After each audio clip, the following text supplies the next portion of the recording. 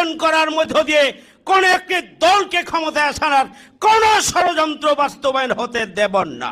এদেশের জনগণকে সাথে নিয়ে আমরা তার প্রতিহত করব ইনশাআল্লাহ। কথায় কথায় আপনারা বলেন আপনারা বড় দল, আপনারা বড় দল না ছোট দল, একটা সুষ্ঠু নির্বাচনের মাধ্যমে তা প্রমাণিত হবে। এদেশে 35% ইয়াং জেনারেশন যারা 20 বছর ধরে ভোট দেওয়ার সুযোগ পায়নি, তারা এবার সিদ্ধান্ত নিয়েছে জামাত ইসলামীর পক্ষে তারা সমর্থন জানাবে। সুতরাং আগামী জাতীয় সংসদ নির্বাচন সুষ্ঠু করুন, নিরপেক্ষ করুন, গ্রহণযোগ্য করুন। ভোটের ভিত্তিতে নির্ধারিত হবে কারা বড় দল।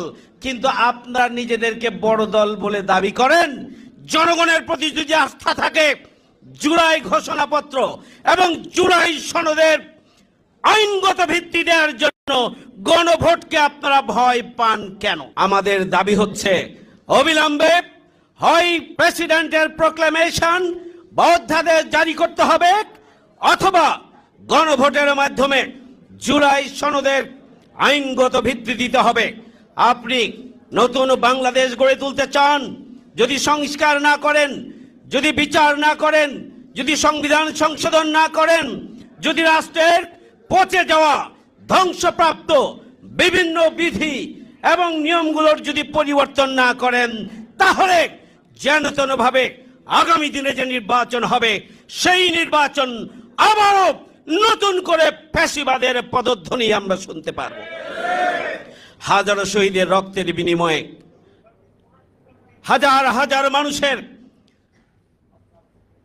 অঙ্গহানি, হাত পা চোখ নাক কানের বিনিময়ে আমরা আর কোন ফ্যাসিস্ট শক্তিকে আগামী দিনে জনগণের অধিকার নিয়ে আমরা ছিনিমিনি খেলতে দেব না।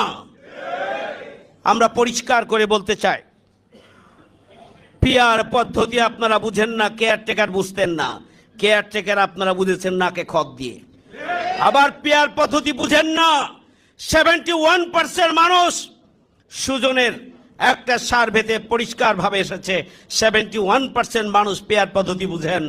আর আপনারা বড় দল দাবি করেন, 71% মানুষের সমর্থনকে আপনারা সম্মান দিতে জানেন না। আপনারা পিছন দরজা দিয়ে ক্ষমতায় যাওয়ার স্বপ্ন দেখছেন।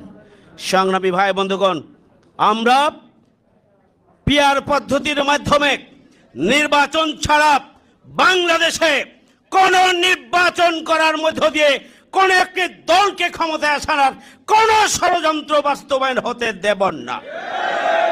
সংগ্রামী ভাইয়ের আমার, নির্বাচন কমিশন বক্তব্য দেন একটা দলের কর্মী হিসাবে। আমরা জানি আপনার পরিচয়, আমরা জানি আপনি কোন রাজনৈতিক দলে বিশ্বাস করেন। এরপরেও আমরা মনে করেছিলাম 5 আগস্টের গণঅভ্যুত্থানের পরে নির্বাচন কমিশন জনগণের প্রতিনিধি হিসাবে, আমানতদার হিসাবে রাষ্ট্রের জনগণের মালিকদের হাতে ক্ষমতা বুঝিয়ে দেওয়ার জন্য একটি সুষ্ঠু নির্বাচনের আয়োজন করবেন। কিন্তু আপনার বক্তব্য একটি দলের বক্তব্যে পরিণত হয়েছে। আপনি কয়েকদিন আগে বলেছেন সংবিধান অনুযায়ী নির্বাচন করবেন।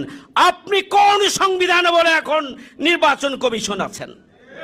কোথায় ছিলেন আপনি 5 আগস্টের গণঅভ্যুত্থানের পরেই? জনগণের অভিব্যক্তির যে সরকার, অন্তর্বর্তীকালীন সরকার, সেই সরকারের প্রক্রিয়ার মধ্য দিয়ে আপনি এসেছেন। অর্থাৎ আপনিও জনগণের অভিপ্রায়ের প্রতিফল হিসাবে আপনারা নির্বাচন কমিশনের দায়িত্বে এসেছেন। কোন সংবিধান বলে আপনি এসেছেন? সুতরাং সংবিধানের দোহাই দিবেন না। এই সংবিধানের দোহাই দিয়ে বাংলাদেশকে ফ্যাসিস্ট রাষ্ট্রে পরিণত করা হয়েছিল। এই সংবিধানের দোহাই দিয়ে বাংলাদেশে হাজার হাজার মানুষকে গুম খুন করে একটা বিভীষিকাময় মৃত্যু পরিণত করা হয়েছিল এই বাংলাদেশকে। আবার নির্বাচন কমিশনকে আমরা হুঁশিয়ার করতে চাই, পিআর পদ্ধতির বাইরে পছন্দ মতো আপনি নির্বাচন দিয়ে একটি দলকে ক্ষমতায় বসানোর যে চক্রান্ত করছেন, সে আশাই গুলে বাড়ি। আমরা এদেশের জনগণকে সাথে নিয়ে আমরা তার প্রতিহত করব ইনশাআল্লাহ।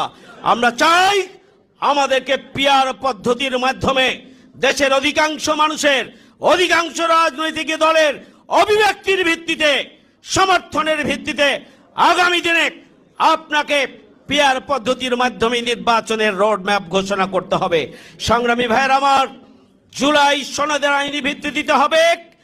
এই জুলাই সনদের মাধ্যমে রাষ্ট্র সংস্কার এবং সংবিধান সংশোধনের মৌলিক নীতিমালাগুলো সংরক্ষিত থাকবে এবং এর ভিত্তিতেই আগামী দিনে পিআর পদ্ধতির মাধ্যমে জাতীয় নির্বাচন দিতে হবে।